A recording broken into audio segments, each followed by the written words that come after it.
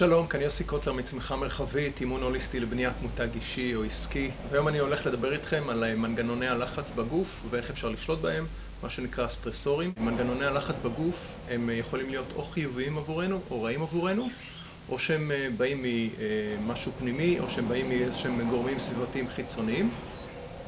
מצב של לחץ בגוף מופעל מנגנון הישרדותי שנקרא Fear, Fight and Flight. זה מנגנון שמורכב משלושה הורמונים בגוף, אדרנלין, נורדרנלין וקורטיזול. לא נרחיב עליהם כרגע, אבל הם פועלים באופן אוטומטי, ואנחנו הרבה פעמים לא שמים לב, או שכן שמים לב לזה. כשקורה לנו תהליך של לחץ בגוף, יש בערך 6 גורמים סטרסורים או מייצרי לחץ. זה יכול להיות לחץ פיזיולוגי, שהוא יכול להיות טוב או רע. זה יכול להיות לחץ תזונתי, שיכול להיות טוב או רע. זה יכול להיות לחץ אלקטרומגנטי שיכול להיות טוב או רע עבורנו. זה יכול להיות לחץ כימי שיכול להיות טוב או רע עבורנו. זה יכול להיות לחץ מנטלי שזה יכול להיות טוב או רע עבורנו. לחץ של טמפרטורה, אני אתגע באיזה 3 מהם, ככה שנבין אותם. יש את הלחץ, לדוגמה, שהוא לחץ פיזיולוגי. מתי הוא טוב עבורנו? זה כשאני עושה פעילות גופנית.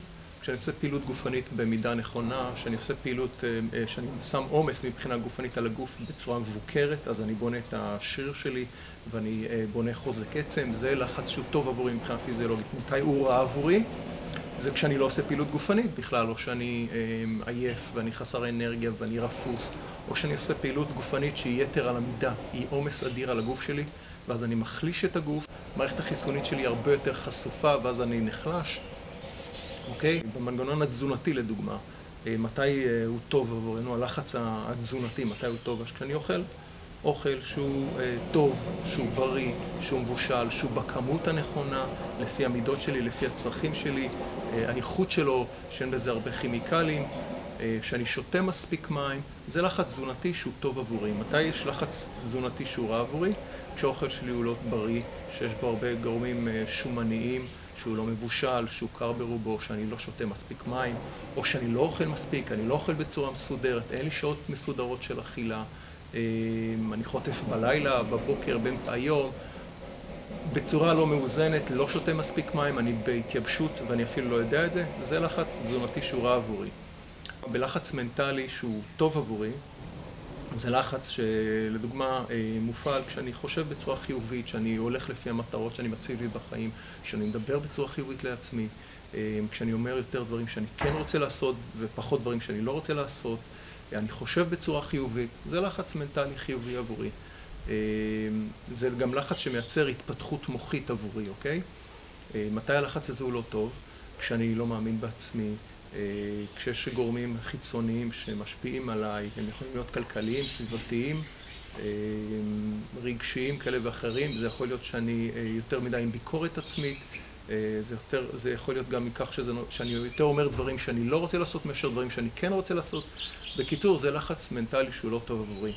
עכשיו, אלה פחות או יותר מנגנוני הלחץ בגוף, והבנו גם כן איך הם פועלים. עכשיו, מה הסיבה העיקרית שהם פועלים? הם פועלים בכך שאנחנו לא הצבנו לעצמנו הערכים, אוקיי? הערכים שלנו זה הבריאות שלנו. אנחנו צריכים למצוא לעצמנו את נתיב הערכים שלנו, שהוא גם למעשה הצרכים שלנו, הולך ביחד, אוקיי? ערכים וצרכים זה דברים שהולכים ביחד. ברגע שאנחנו מגדירים אותם, יש לנו איזשהו מגדלור שאנחנו הולכים לכיוונו, ואז אנחנו על ידי כך שולטים בכל המנגנונים הסטרסורים שיש לנו בגוף, אוקיי? אז לדוגמה, אם יש לכם, אתם רוצים לקבוע לכם סט של ערכים בכל התחום של תנועה גופנית, כל הקטע הפיזיולוגי, מה אתם רוצים להתאמן, כמה אתם רוצים להתאמן, באיזה שיטה אתם רוצים להתאמן, זה יכול להיות ריצה, הליכה, אומנות לחימה, צ'יגונג, יוגה, תבחרו לכם את הפעילות, אוקיי? ותעשו שם איזה ערכים מתאימים לכם מבחינת פעילות הגוף שאתם רוצים להיות שם, אוקיי? תקבעו לכם את המטרה שם. או לדוגמה, מבחינה תזונתית, איזה אוכל אתם רוצים לאכול, כמה אוכל ביום אתם רוצים לאכול, מה איכות האוכל, אוקיי? אם זה אוכל אורגני, אם זה אוכל מבושל, האם אתם אוכלי בשר, האם אתם אוכלים אוכל שהוא צמחוני, האם אתם אוכלים אוכל שהוא טבעוני. בקיצור, תחליטו מהם הערכים התזונתיים שלכם. האם זה מתאים לפרופורציות של הגוף שלכם ולמה שהגוף שלכם צריך. או נגיד בסביבת העבודה שלכם. האם אתם עובדים כשכירים, באיזה חברה אתם רוצים לעבוד, מי האנשים שאתם רוצים לעבוד איתם, באיזה תפקיד אתם רוצים לעבוד, כמה שעות עבודה אתם רוצים, תגדירו לכם את הערכים שלכם בתחום הזה. או אם אתם עצמאים, אוקיי? לדוגמה, מה העסק שלכם, מי אתם בעסק, כמה שעות אתם עובדים, כמה כסף אתם רוצים להכניס, אוקיי? פשוט לקבוע את סט הערכים האלה ואת סט המטרות האלה, וללכת לפיו, אוקיי? כמה זמן איכות אנחנו רוצים לעצמנו, אוקיי?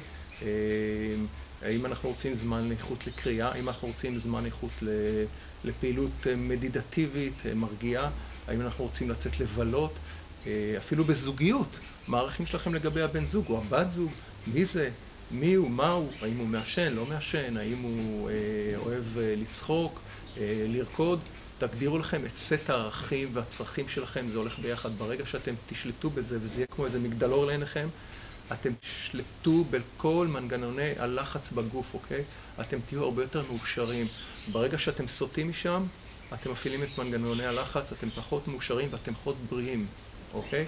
אז הדרך והטיפ שאני נותן לכם זה אחד, לזהות את מנגנוני הלחץ, לכתוב את סט הערכים שלכם, לראות איפה שזה תואם, אתם בסדר, אתם שולטים בזה. איפה שזה לא תואם, לעשות תיקונים, וכל פעם לנסות להצמד לנתיב הזה, לדרך הזאת שהולכת לכיוון המגדלור של הערכים שלכם.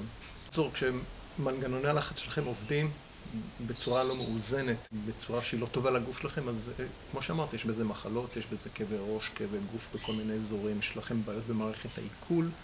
בקיצור, כשאתם חשים משהו פיזיולוגי שהוא לא טוב, תדעו לכם שאתם סטיתם ממערכת הערכים שאתם קבעתם לעצמכם, אוקיי? ותפעלו לתקן. ואז זה מה שיוצר לכם את הבריאות שלכם, וככל שאתם יותר בריאים, זה המיתוג שלכם, אוקיי? זה המיתוג האישי שלכם. הערכים שלכם זה המיתוג האישי שלכם, וזה המיתוג העסקי שלכם. סט הערכים, הכל נבנה סביב זה, אוקיי? וזה מה שיוצר לכם שליטה ורוגע בכל המנגנונים הסטרסוריים או מנגנוני הלחץ בגוף. תגדירו את סט הערכים שלכם, ואם אתם לא יודעים לעשות את זה, אתם יכולים לפנות אליי, אני יכול לעזור לכם בזה. תגדירו את סט הערכים הפיזיולוגיים שלכם, הרגשיים, המנטליים, הרוחניים שלכם, ותנתבו את כל החיים שלכם לפי סט הערכים הזה.